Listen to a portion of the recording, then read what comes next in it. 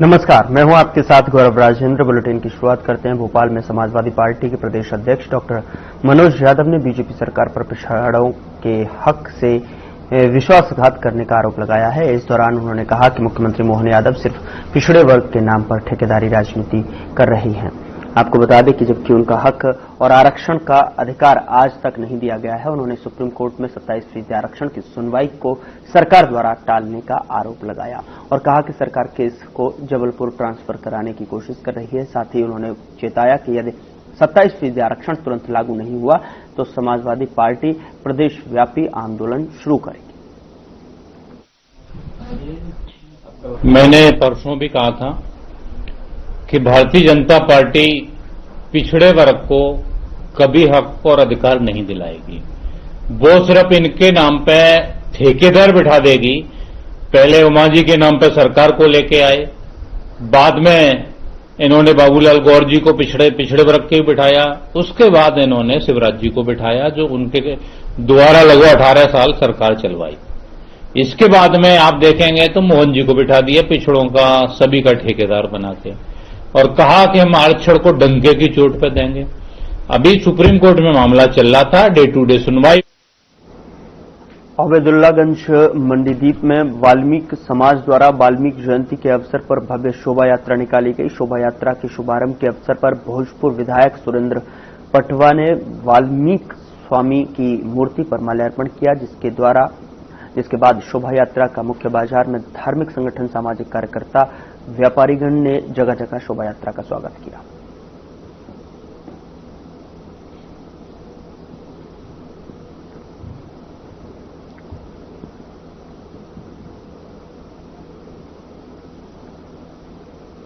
जावरा में राष्ट्र सेविकाओं का पथ संचलन निकाला और पथ संचलन रामबाग से शुरू होकर नगर के मुख्य मार्गों से होता हुआ पुनः रामबाग पहुंचा। संचालन के पूर्व प्रांत संपर्क प्रमुख रेणुका पिंगले ने अपने उद्बोधन में कहा कि प्रत्येक व्यक्ति को राष्ट्र के प्रति अपना दायित्व निभाना चाहिए। देश हमें सब कुछ देता है, हमें भी देश को कुछ देना चाहिए। उन्होंने यह भी कहा कि संघ में हिंसा का कोई स्थान नहीं है। सामाजिक समरसता पर भी उन्होंने बल दिया। कार्यक्रम में बड़ी संख्या में राष्ट्र सेविकाएं उपस्थित थी। नगर में संचालन का भव्य स्वागत हुआ। व्यक्ति भाषा में कैसे आती है? कोई भी व्यक्ति। अंग्रेजी में एक कहावत है, विमेन्स पावर इज बाउंडलेस। महिलाओं की शक्ति असीमित है। राष्ट्र सेविकाओं द्वारा निकाला गया संचलन न सिर्फ राष्ट्रभक्ति का प्रतीक है वरन नारी शक्ति का भी प्रतीक है। तपन व्यास। देवास जिले में गेहूं की बुवाई शुरू होते ही किसानों को खाद की भारी कमी का सामना करना पड़ रहा है। कई खाद वितरण केंद्रों पर किसानों को खाद लेने के लिए घंटों तक लंबी लाइनों में खड़ा रहना पड़ रहा है। किसानों का कहना है कि वे सुबह 6 बजे से लाइन में लगे रहे, लेकिन खाद उन्हें दोपहर 2 से 3 बजे के बाद ही मिला। दूसरी ओर खाद वितरण केंद्रों पर न तो टेंट की व्यवस्था है और न ही पीने के पानी की सुविधा। किसानों ने कहा कि प्रशासन की लापरवाही के कारण उन्हें खाद की बोरी के लिए घंटों इंतजार करना पड़ रहा है। इस मामले में खाद वितरण केंद्र के अधिकारी ने कहा कि आज पहला दिन है और व्यवस्था में कुछ खामियां आ सकती हैं, लेकिन आगे से इस पर सुधार किया जाएगा।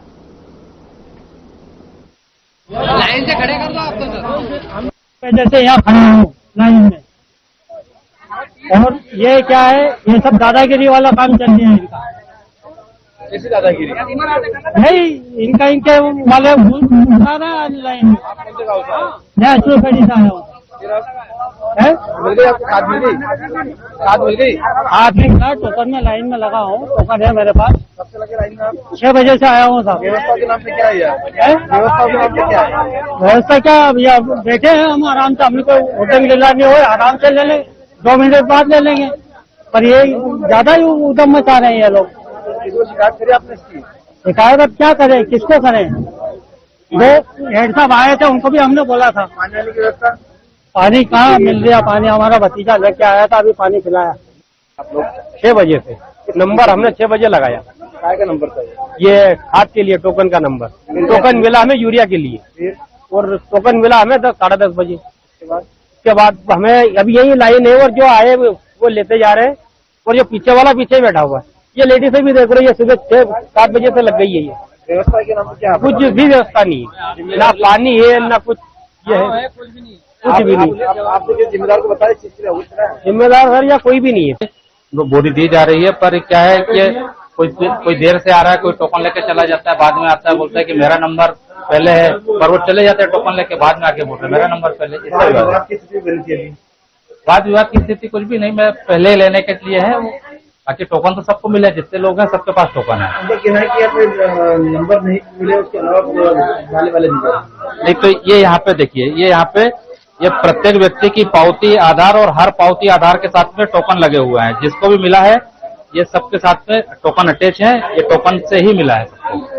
कहीं ना कहीं पुलिस व्यवस्था की जरूरत पड़ती है। पुलिस व्यवस्था की जरूरत पड़ती है। अन्नदाता कैसे अनाज उगाता है और उसके लिए कैसे खाद और यूरिया की आवश्यकता पड़ती है वह जग जाहिर है। हालांकि आज से पहला दिन था जब यूरिया और खाद मिलने वाली थी। ये देवास का वह स्थान है मंडी जहां पर सुबह 8 बजे टोकन देने की बात की गई, टोकन बटे भी, हालांकि उसके बाद यूरिया और खाद देने में किस तरह लापरवाही सामने आई ये देखने योग्य होगा। पूर्व में कलेक्टर द्वारा स्पष्ट निर्देश दिए गए थे कि किसान छांव में खड़ा रहेगा, उसे पानी की व्यवस्था की जाएगी। हालांकि यहाँ पर कोई भी व्यवस्था सावधानी उसको देखने को नहीं मिल रही है। हम सीधा लोगों से बात करेंगे। भैया कब से आप खड़े हैं लाइन में? सुबह 6 बजे से सर। क्या स्थिति बन रही है इसकी? यहाँ तो धूप में खड़े हैं और पानी वानी का भी पता नहीं कुछ। कितनी खाद मिलेगी आपको? क्या 5 बोरी 10 बोरी मिलेगी सर, और उसमें काम भी नहीं होगा हमारा। टोकन कब लिया था आपने? टोकन तो सुबह 6 बजे से लिया है। टोकन मिलने के बाद अभी बाहर दोपहर की 2 बज गई। 2 बज गई, कुछ भी खाना पीना घर से ऐसे ही आए भूखे तर से। किस गाँव से आप? ये देवास के पास पितावला गाँव है। ये पितावला गाँव के किसान थे जो बता रहे कि सुबह 6 बजे से लाइन में लगाओ। देखिए किस तरह से पुलिस को भी यह व्यवस्था संभालना पड़ रही है। पुलिस खुद खाद बंटवाने के लिए किसानों को लाइन में खड़ा कर रही है। हालांकि जिम्मेदार जो है यहाँ पे अगर बात करेंगे गोडाउन संचालक की या फिर सुपरवाइजर की, तो पंखे में बैठे हुए हैं और कहीं न कहीं ये किसान जो अन्नदाता है ये खाद और यूरिया के लिए परेशान होता स्पष्ट नजर आ रहा है। माता हम कहाँ से आए आप? हम तो बामनखेड़ा से। कब से लगे आप यूरिया? सुबह 8 बजे से। सुबह 8 बजे। टोकन कितने बजे मिला आपको? मेरे को तो टोकन अभी 11 बजे मिला। उसके बाद आपको अभी तक परेशान होना पड़ रहा है? हाँ, हमने तो कुछ खाना चाय कुछ भी नहीं पिया है। क्या कहना पड़ रहा है इन लोगों के अंदर जो बैठे हैं? अब क्या पता, अभी तो दे नहीं रहे। हमको तो कल का बोला था, फिर भी हम तो घुसे लाइन में। कल वो देने का बोला है। हाँ। टोकन कौन सा नंबर था आपका? अभी तो टोकन पे नंबर नहीं लिखा, नहीं, जब आओगे जब मिल जाएगा। फिर देखिए कहीं न कहीं टोकन पे बिना नंबर के इन्हें टोकन दे दिया गया है और बताया जा रहा है कि अब आप कल आना। मतलब कुल मिला के किसान परेशान हुए, इन्हें जिम्मेदारों को कोई इनसे सरोकार नहीं। पुलिस भी यहाँ मौजूद है। बीएन प्रधान सर, यहाँ पे चूंकि देख रहे हैं कि किसान तो यूरिया खाद के लिए परेशान हो रहे हैं, टोकन बढ़ चुके, व्यवस्था आपको संभालना पड़ रही है। सर हम खड़े सुबह से ही व्यवस्था में लगे हैं, लाइन बनवा के लगा रहे थे टोकनों एक साथ। देखा था भैया विवाद की स्थिति भी निर्मित हो गई थी। ठीक है सर, ये आपस में इनके टोकनों के चक्कर में एक खाना खाने जा रहा है, कोई खाना खा के आ रहा है, इस चक्कर में विवाद हो रहा है इनमें। क्या समझाई दी जा रही है इनको? क्योंकि धूप में परेशान हो रहे, पानी की व्यवस्था नहीं है, आपको व्यवस्था संभालना पड़ रही है। हम भी खड़े हैं, ये भी खड़े हैं, सब बिगर पानी के। नहीं, इस तरह से पुलिसकर्मी स्पष्ट बोल रहे कि जिम्मेदारों द्वारा कोई व्यवस्था नहीं की गई, हम भी ऐसे ही खड़े जैसे किसान खड़े। तो कुल मिला के जिम्मेदार इस सीहोर पुलिस को क्रिसेंट रेसिडेंसी में हुई नकबजनी के मामले में बड़ी सफलता मिली है। थाना कोतवाली सीहोर पुलिस ने जो है अंतर्राज्यीय चोरों को गिरफ्तार किया है। 15 सितंबर को राकेश श्रीवास्तव ने 10 लाख रुपए नकदी और सोने चांदी के गहनों की चोरी की रिपोर्ट दर्ज कराई थी। पुलिस अधीक्षक दीपक कुमार शुक्ला के मार्गदर्शन में तकनीकी और भौतिक साक्ष्यों के आधार पर 2 आरोपियों को पकड़ा गया। आरोपियों के कब्जे से चोरी किए गए सोने चांदी के जेवर बरामद कर लिए गए हैं और गिरफ्तार आरोपियों में अरुणा उर्फ अरुदा और नीरज कुमार शामिल हैं। पुलिस टीम जो है निरीक्षक रविंद्र यादव, उप निरीक्षक संदीप मीणा और साइबर सेल की भूमिका सराहनीय रही, जिससे जनता में सुरक्षा और विश्वास बढ़ा है।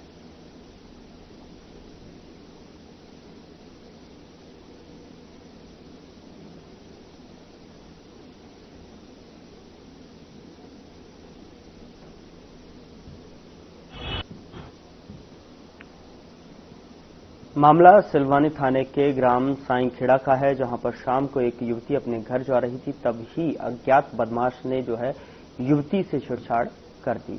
युवती घबरा कर जो है अपने घर पहुंची और घर वालों को यह बात बताई। जब तक घर वाले अज्ञात आरोपी को पकड़ पाते वो गायब हो चुका था। सुबह होते ही यह खबर गांव में फैल गई। ग्रामीण एकजुट होकर बस स्टैंड पहुंचे। ग्रामीणों की एकजुटता की खबर लगते ही सिलवानी पुलिस मौके पर पहुंची। ग्रामीणों को समझाइश दी गई और हालांकि सिलवानी पुलिस युवती के बयान दर्ज करा रही है और मामला दर्ज कर अज्ञात आरोपी की तलाश में जुटी हुई है।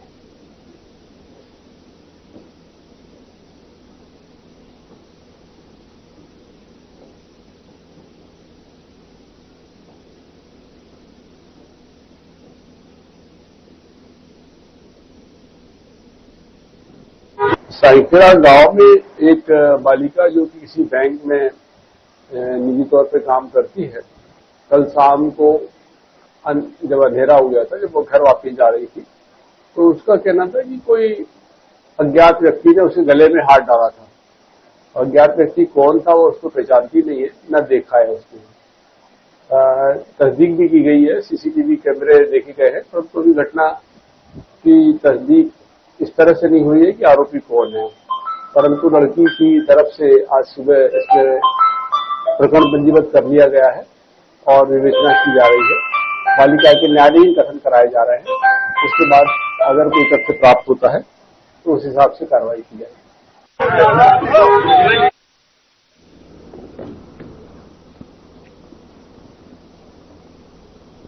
बुरहानपुर के खकनार सामुदायिक स्वास्थ्य केंद्र में एक दरिंदे ने देर रात महिला के डेड बॉडी के साथ छेड़खानी का वीडियो वायरल किया और इस हैवान ने दरिंदगी की हद पार कर दी। वायरल वीडियो को आप देख सकते हैं। दरिंदा किस तरह से महिला की डेड बॉडी के साथ में छेड़छाड़ कर घसीटता हुआ ले जा रहा है, बाद में डेड बॉडी को वापस रख देता है। यह वीडियो वायरल होने के बाद में इस वीडियो की पुष्टि में खकनार सामुदायिक केंद्र का बताया गया है। यह वीडियो 1 साल बाद सामने आया है, जो कि 17 अप्रैल 2024 का बताया जा रहा है। बुरहानपुर अतिरिक्त पुलिस अधीक्षक अंतर सिंह तनेश ने बताया कि खकनार बीएमओ ने खकनार थाने में इसकी शिकायत की थी। पुलिस ने वायरल वीडियो की वीडियोग्राफी निकालकर एक आरोपी को गिरफ्तार कर लिया है। जांच टीम गठित कर इस मामले की बारीकी से जांच की जा रही है। फिलहाल वीडियो वायरल होने के बाद में बीएमओ की शिकायत पर एक आरोपी को खकनार पुलिस ने गिरफ्तार कर लिया है। ऐसा जो खकनार सामुदायिक स्वास्थ्य केंद्र से संबंधित जो वीडियो वायरल हुआ था, उस वीडियो को लेकर के कल शाम को बीएमओ खकनार के द्वारा थाना खकनार पर प्रकरण दर्ज कराया गया।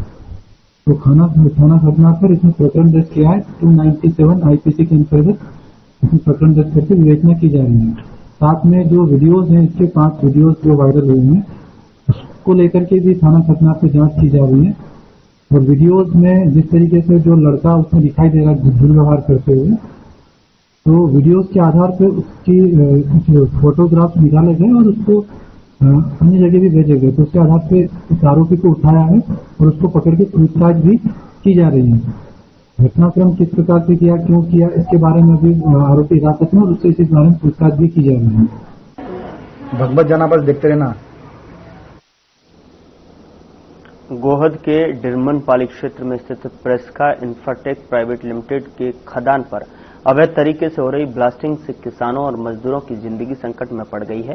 बिना सायरन या चेतावनी के हो रही ब्लास्टिंग के कारण आसपास के खेतों में काम कर रहे किसान अपने काम से हाथ खड़े कर चुके हैं। इसके अलावा भाड़े पर काम करने आए मजदूरों और मशीनरी के संचालन में भी भारी परेशानियां उत्पन्न हो रही हैं।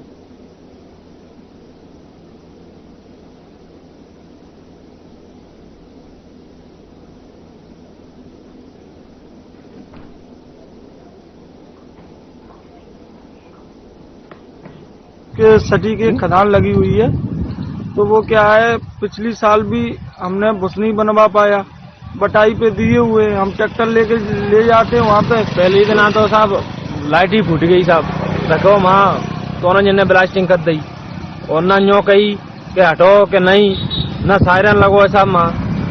और मशीन ले जाते हैं, भारी पे ले जाते हैं, जो करवावे कहाँ ले जाते हैं, तो 2 घंटा साहब बैठे रहो जिनके कहाँ अलग से ना यहाँ जी कहें वहाँ और कहूँ तो जो और कहेंगे तानाशाही की रवैया करता है। ना हो चुकी है, गैया वही में घुस रही है साहब, गैया घुस रही है, ना बुड्ढी लगी है, ना तार फेंसिंग, ना सायरन बजाते हैं, ना कुछ ब्लास्टिंग कर देते हैं। मैं भी अभी गया, कल की बात है, तो छुप गया वहाँ पे, ब्लास्टिंग हुई है।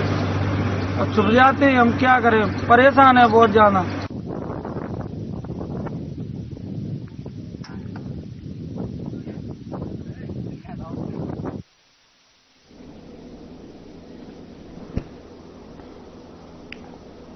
यहां रुक रहे हैं एक छोटे से ब्रेक के लिए। ब्रेक के उस पार खबरों का सिलसिला लगातार जारी है।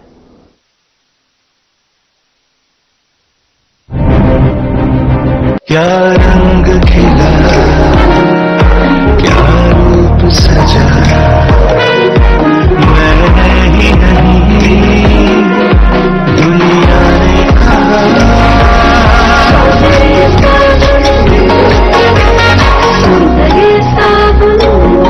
चुलबुला बनूं जिसकी हर बात में भूल जाए, मेरी जैसी मेरी अपनी पताका चाय, गजब का स्वाद।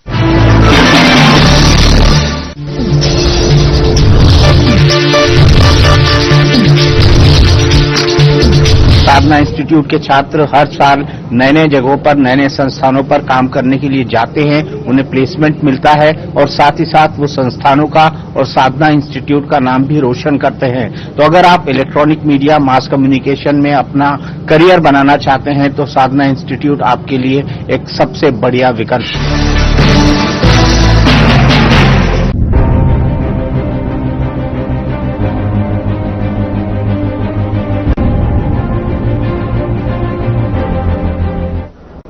ब्रेक के बाद स्वागत है आपका। खबरों में आगे बढ़ते हैं। रायसेन जिले में स्वास्थ्य सेवाओं और अस्पताल में सुरक्षा पर सवाल खड़े कर देने वाला मामला सामने आया है।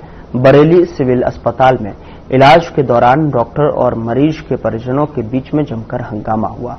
बताया जा रहा है कि मरीज के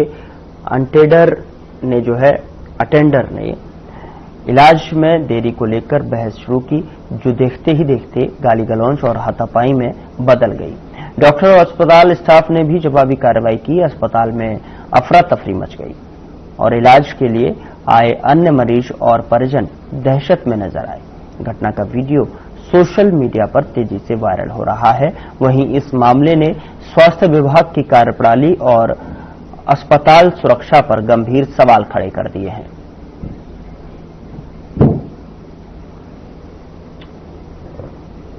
डॉक्टर और मरीज के परिजनों के बीच में हाथापाई का ये मामला सामने निकल कर आया है, जहां पर इलाज के दौरान देरी बरतने पर यहां पर कहासुनी के बाद विवाद बढ़ता चला गया। अस्पताल में अफरा तफरी का माहौल बन गया और डॉक्टर मरीज के परिजनों के बीच में हाथापाई का अब ये वीडियो सोशल मीडिया पर तेजी से वायरल हो रहा है।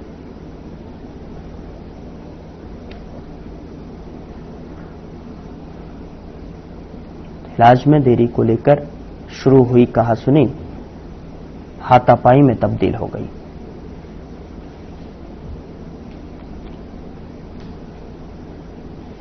अस्पताल में अफरा तफरी का माहौल बना हुआ है और जो हाथापाई का जो वीडियो है अस्पताल परिसर में, वो अब सोशल मीडिया पर तेजी से वायरल हो रहा है।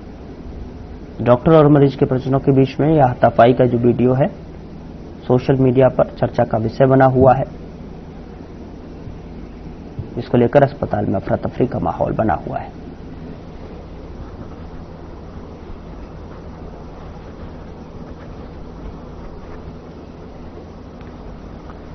श्योपुर जिले में खेत में काम करते समय एक महिला को करंट लग गया, जिससे उसकी मौत हो गई। दरअसल महिला अपने पीछे 2 बेटों और 2 बेटियों को छोड़ गई है। उनके पति राम दोनों जयपुर में मजदूरी करते हैं। परिवार के पास कुल 4 बीघा जमीन है, जो 3 भाइयों के बीच बटी हुई है। मृतक महिला रोजाना खेत में काम कर परिवार का भरण पोषण करती थी। घटना ने पूरे गांव में शोक और चिंता का माहौल है। स्थानीय लोग प्रशासन से बिजली सुरक्षा के उपायों पर ध्यान देने की अपील की है, ताकि भविष्य में इस तरह की घटनाओं को रोका जा सके।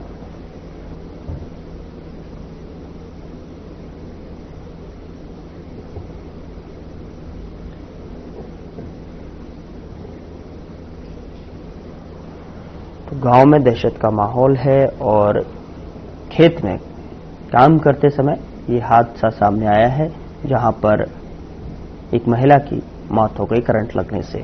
खेत में कार्य करते वक्त महिला की करंट लगने से मौत की खबर के बाद गांव में अफरा तफरी और शोक की लहर है। खेतों में काम करते समय यह हादसा हुआ है और जिसके बाद ग्रामीणों ने प्रशासन से अपील की है कि इस तरीके की पुनरावृत्ति को रोका जाए। इस तरीके के हादसों पर अंकुश लगाने के लिए ठोस कदम उठाए जाएं, जिससे कि लोगों की जान जो है जोखिम में न डले। तो महिला की करंट लगने से मौत की खबर से जो है ग्रामीणों में शोक की लहर है। बता दें कि मृतका खेतों में काम कर अपने परिवार का भरण पोषण करती थी, मजदूरी का कार्य करती थे और ऐसे में जो है खेत में काम करते वक्त ये हादसा सामने आया है, जहां पर गांव में अब दहशत का माहौल है और ग्रामीणों ने जो है प्रशासन से अपील की है कि इस तरीके की पुनरावृत्ति पर अंकुश लगाया जाए। इस तरीके की घटनाओं पर अंकुश लगाने की दिशा में ठोस कदम उठाए जाएं, जिससे कि आने वाले समय में इस तरीके की घटनाओं की पुनरावृत्ति ना हो।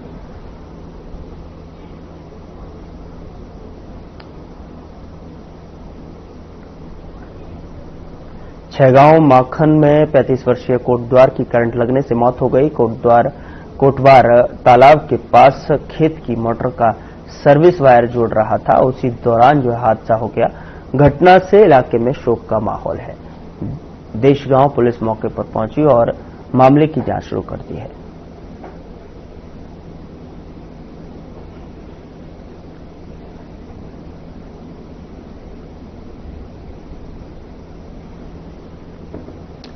पुलिस मामले की जांच में तफ्तीश में जुटी हुई है। करंट लगने से शख्स की मौत हो गई। बताया जा रहा है कि जो मृतक युवक है वो मोटर का वायर ठीक कर रहा था, जोड़ रहा था। उसको लेकर सर्विस वायर जोड़ते वक्त ये हादसा सामने आया, जहां पर पुलिस मामले की जांच में जुटी हुई है।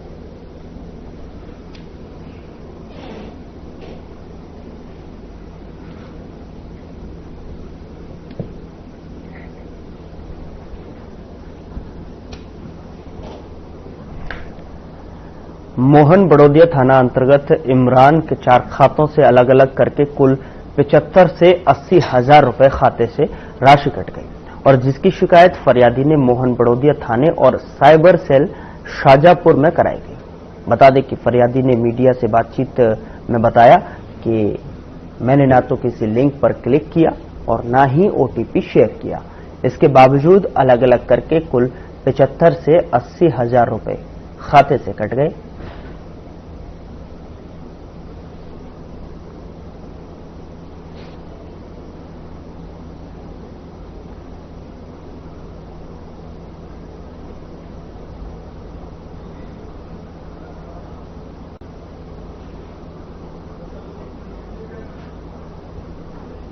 उधर एनपीसीआई ने यूपीआई से जुड़े कई नियमों में बड़ा बदलाव किया है, जिसके तहत 8 अक्टूबर से बिना पिन डाले फेस और फिंगरप्रिंट के जरिए पेमेंट और यूपीआई पिन भूल जाने पर बिना एटीएम कार्ड आसानी से पिन रीसेट करने की सुविधा को शुरू किया गया है।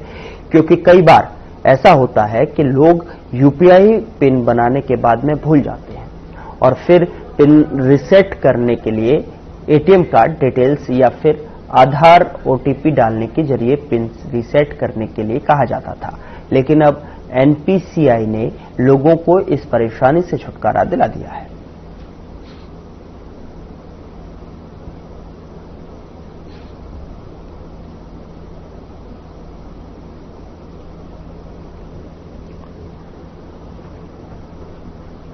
बुरहानपुर के सिलमपुरा निवासी किरण रायकवार ने जानकारी देते हुए बताया कि मैं आभापुरी में आयोजित गरबे के आयोजन में गई थी, जहां पर रात में 12 बजे मैंने 201 रुपए देकर मेरे पोते मेधाश के नाम से कूपन लिया और सुबह 6 बजे जब कूपन खुला तो उसमें पोते का नाम आया। समिति की ओर से 53 लाख रुपए की फॉर्च्यूनर कार दी गई है। बच्चे ने माता पिता और दादा दादी का सपना पूरा किया। 6 घंटे में ही हम लखपति बन गए। समिति की ओर से करीब 50,000 से अधिक कूपन का वितरण किया गया था।